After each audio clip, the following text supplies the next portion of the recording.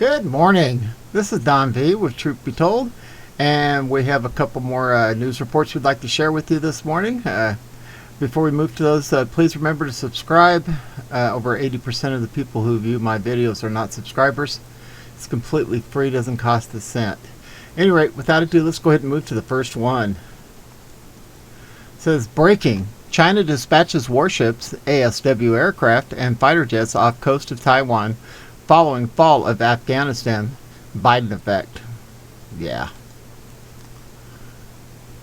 China's People Liberation Army, PLA, on Tuesday launches joint 5 live fire assault drills in multiple locations off the coast of Taiwan. This is just what Jack Posobiec and the War Room said would happen next.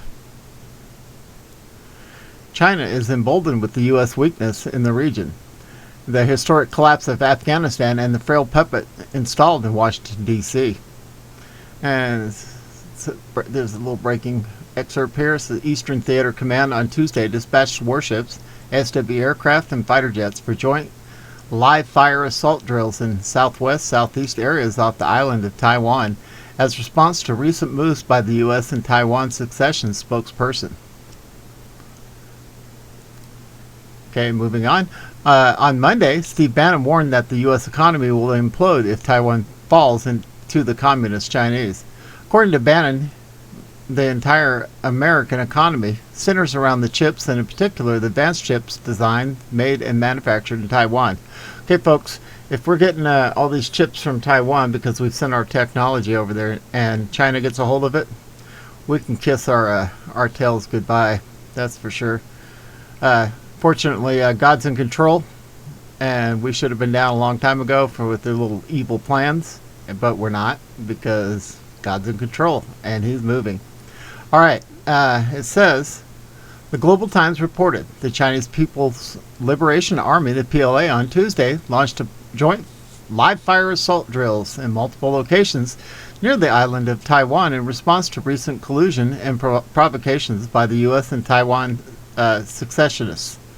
The PLA Eastern Theater Command on Tuesday dispatched warships, anti-submarine warfare aircraft, and fighter jets in surrounding maritime and aerial areas near the southwest and southeast of the island of Taiwan for military exercises, including joint live fire assaults. And also, for testing, the command troops integrated joint operation capabilities. Senior Control Shai Yi, spokesperson of the command, announced on the same day. Recently, the U.S. and Taiwan authorities have been frequently colluding and making provocations, sending wrong signals that severely violates China's sovereignty and seriously damages peace and stability in Taiwan Straits. They have become the biggest source of security risk in the region, she said. The exercises are a necessary action taken based on the current security situation in the Taiwan Straits and the need for safeguard national sovereignty, and are a solemn response to a foreign interference and the provocations by Taiwan independence forces, the spokesperson said. Interesting. These people are just make me ill. All right, it says Republican lawmakers are already calling for Flashbang to resign over disastrous exit from Afghanistan.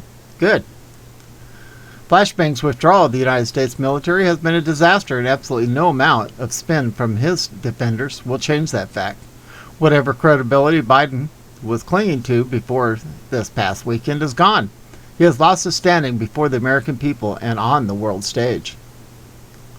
2 Republican lawmakers are already calling on Biden to resign as a result. One is Florida Senator Rick Scott. Okay, guys, remember, even if this dirtbag resigns, Camel Toe Harris is not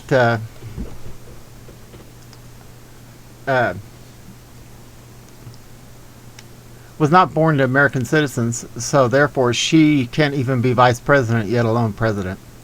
Okay, it says political reports. Rick Scott raises removing Biden from office over Afghanistan.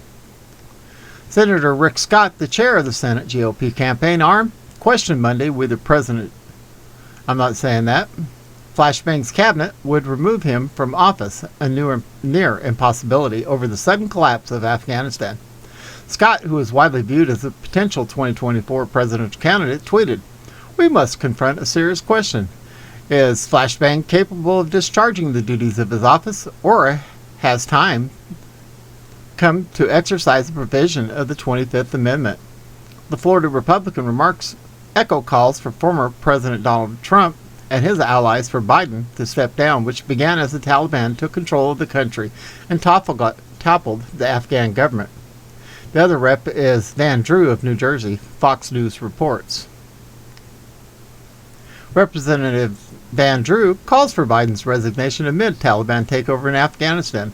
On Sunday night in America, Congressman Jeff Van Drew, Republican New Jersey, called on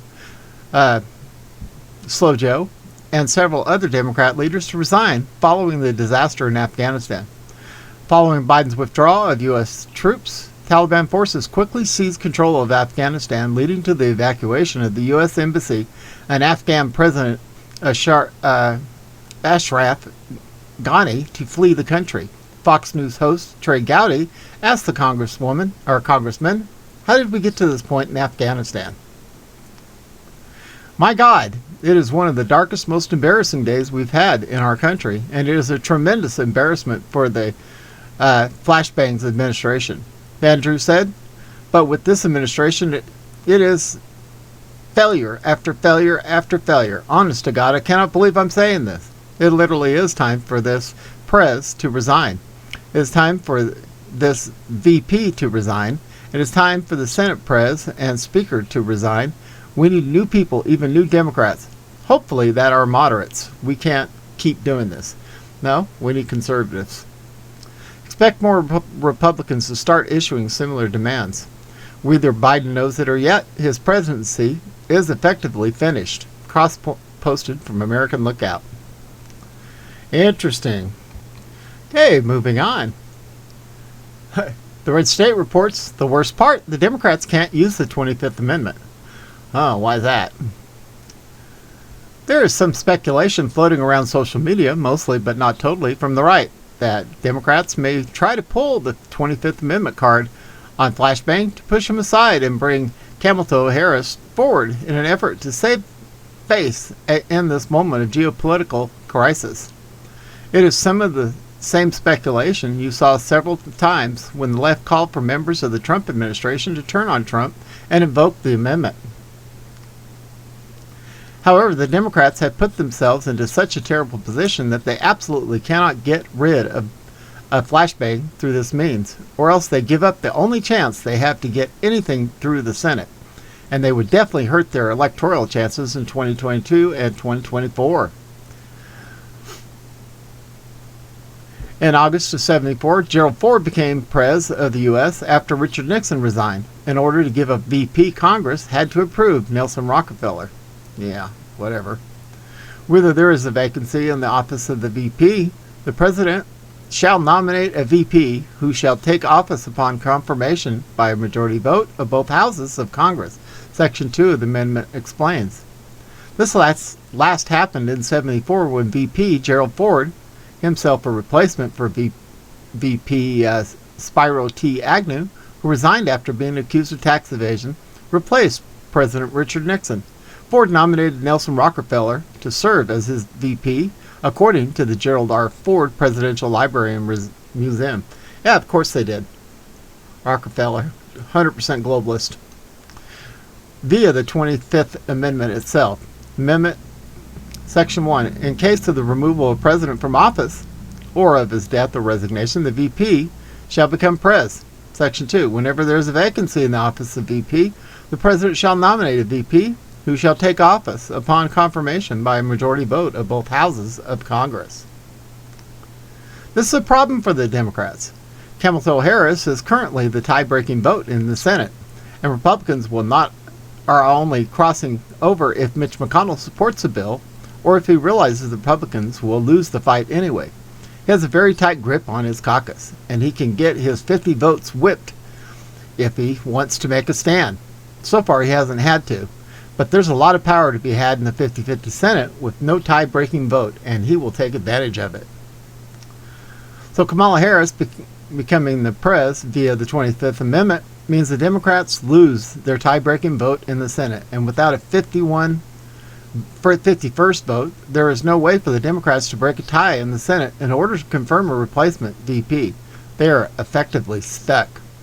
But the question is also whether or not the Democrats even want Harris to be in charge. Her polling is absolutely dreadful. There's are a lot of whispers in the background about her being unable to even run a political office. The Biden team doesn't seem happy with her, and Democrat leadership is staying silent about her, and the media is not even trying to cover her out of fear it would make her look worse, and given her track record, it's absolutely would. She is probably the one person Democrats are less enthused about right now than Biden. And between Biden-Harris, Nancy Pelosi, and Chuck Schumer, all traitors, there doesn't seem to be a sound leader among the Democrats in D.C. right now. It's pretty well exposed to the rest of the country at this point. That makes any public confidence in the party virtually zero right now. And if they somehow manage to scrape by in 2022, it will be with even tighter margins than we see now.